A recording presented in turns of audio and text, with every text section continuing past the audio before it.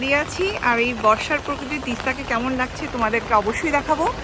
আজকে প্রচণ্ড বৃষ্টি, মানে পাহাড়ে পর্যন্ত বৃষ্টি হচ্ছে। অনেক সময় আমাদের ওখানে সমতলে বৃষ্টি হয় কিন্তু পাহাড়ে বৃষ্টি হয় না, কিন্তু আজকে পাহাড়েও প্রচণ্ড বৃষ্টি হচ্ছে। আর তিস্তার অবস্থা তো তোমাদের দেখাচ্ছি একটু পরে।